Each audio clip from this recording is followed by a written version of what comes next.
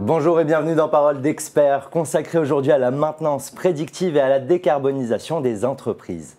Ce n'est pas une surprise, la crise écologique que nous connaissons est une affaire d'émissions. En effet, nous produisons trop de gaz à effet de serre et la solution tient donc en un mot, la décarbonisation. La décarbonisation désigne l'ensemble des mesures techniques mises en place en vue de limiter l'empreinte carbone d'une entreprise, d'un secteur d'activité, d'un pays ou d'une économie. Comment cela fonctionne-t-il ? Quant à la maintenance prédictive, selon une étude du cabinet McKinsey, elle permettra aux entreprises d'économiser 630 milliards de dollars d'ici 2025 et cela passera notamment par la réduction des coûts de maintenance, de gros challenges que mon invité du jour maîtrise à la perfection. Jean-Pascal de Peretti, bonjour. Bonjour Imad. Alors vous êtes le président du CERS, le groupement des entreprises de la transition énergétique et du numérique. Alors ensemble, on va rentrer dans le vif du sujet, on va parler du CERS et de votre domaine d'activité. Pouvez-vous nous faire une présentation rapide de la profession et du CERS ? Alors quelques chiffres pour commencer. On parle de 60 milliards de chiffre d'affaires, on parle de 500 000 emplois en France, donc on parle d'un secteur d'activité très significatif. Et en même temps, c'est difficile de décrire ce secteur parce que les solutions techniques proposées sont extrêmement nombreuses. Si j'ai envie de donner plutôt une définition générique, on parle en fait d'entreprises qui conçoivent, réalisent, exploitent et maintiennent des systèmes et des infrastructures énergétiques pour les besoins de l'industrie, des villes et territoires et pour les bâtiments privés. Quelques exemples, parce que ça illustrera mieux. On parle des clims de bureau ou de l'élec et des clims de bureau. On parle de salles propres industrielles pour l'agroalimentaire, la pharmacie ou bien encore la microélectronique. Et puis on parle d'éclairage public, on parle de structures de bornes de recharge, on parle de vidéosurveillance par exemple pour les villes et territoires. Donc on voit un spectre très large, mais surtout orienté énergie. Et à partir de là, ce qui est important, c'est que ce qui est tombé sur ces entreprises finalement depuis quelques années, elles sont au cœur de la transition énergétique parce que c'est elles qui vont développer et concevoir des systèmes qui vont permettre d'économiser de l'énergie, donc des émissions de CO2. Alors on peut dire que c'est un secteur qui a le vent en poupe. Quelles sont les mesures techniques de ces entreprises et comment elles mettent en place justement toutes ces mesures pour réduire l'empreinte carbone de leurs clients ?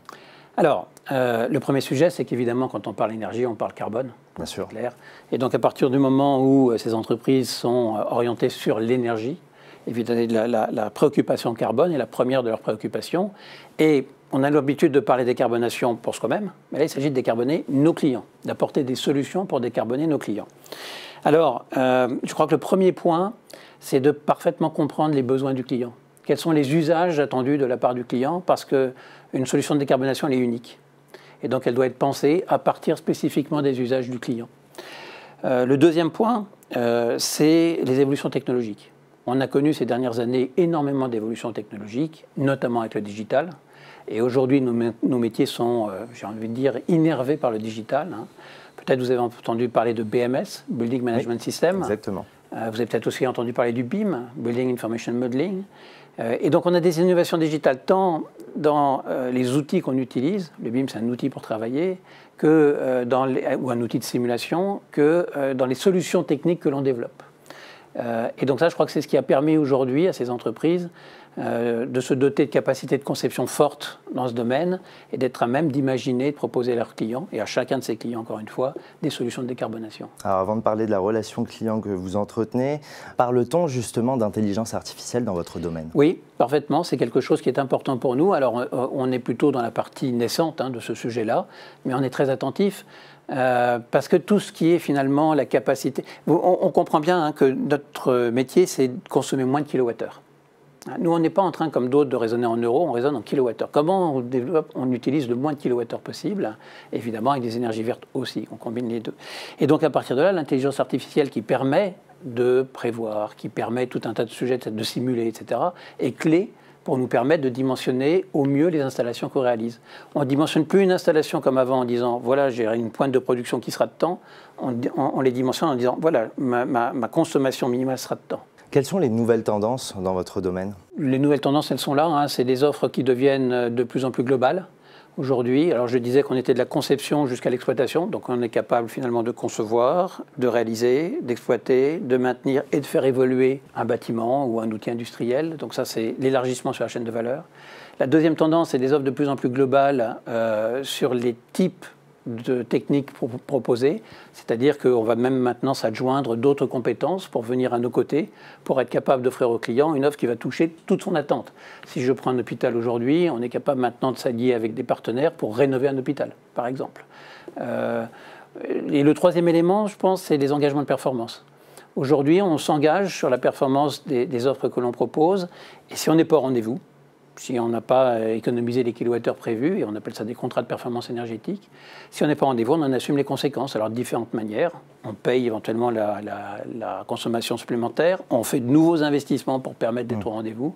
Voilà. Donc ça, c'est les grandes tendances, les offres globales et les offres performantielles. Alors pour essayer d'y voir plus clair, on va rester dans l'exemple. Qui sont vos clients? Qu'attendent-ils de vous et quelles sont les solutions trouvées? Avez-vous un exemple concret? Alors nos clients, j'ai envie de dire, c'est tout le monde, sauf le particulier. Donc nos clients, c'est les villes et territoires, c'est tout à fait clair. Tout à l'heure, je parlais d'éclairage public, je parlais de bornes de recharge, c'est toutes les infrastructures de la ville. C'est l'industrie. Et quand on parle d'industrie, en fait, on est présent plus dans l'environnement de l'industriel, dans l'environnement de son process pour qu'il se concentre sur son cœur de process, mais on est aussi parfois présent dans son process.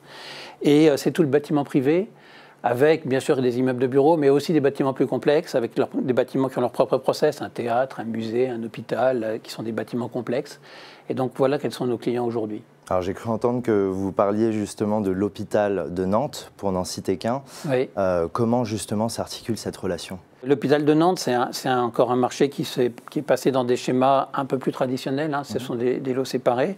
Mais il s'agit pour nous de garantir finalement à l'hôpital qu'il aura une qualité de l'air pour ce bloc opératoire, qu'il aura l'ensemble de ses fluides à disposition en permanence, parce que s'il y a un problème d'oxygène pour un malade, c'est quand même une vraie difficulté, etc., etc. Donc on est là en discutant finalement sur ce qu'est le process de l'hôpital. Je ne parle pas du médecin, mais de ce qui entoure ce process.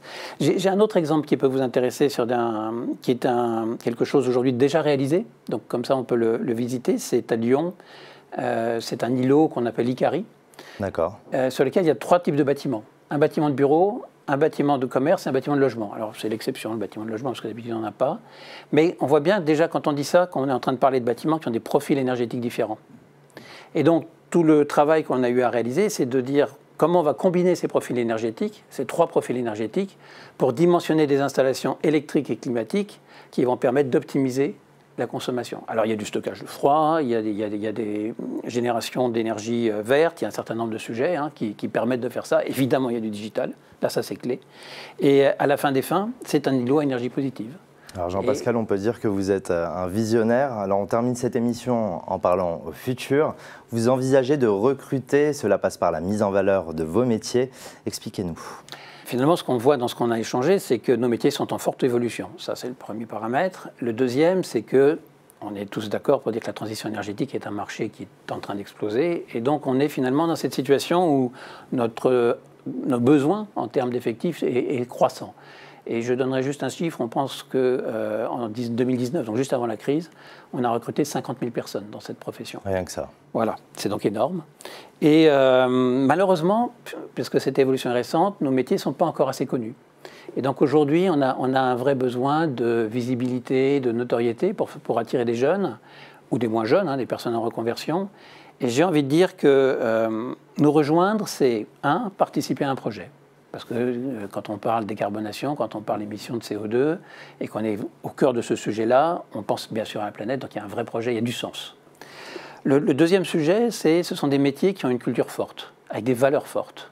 Et quelques valeurs chez nous, c'est la confiance, c'est la responsabilisation, c'est l'autonomie, l'esprit d'initiative. Et donc, en même temps, peut-être vous sentez qu'il y a un peu de passion dans tout ça, parce que ça fait aussi partie de nos valeurs, la passion. Complètement. Et donc, j'ai envie de dire, le message, c'est rejoignez-nous.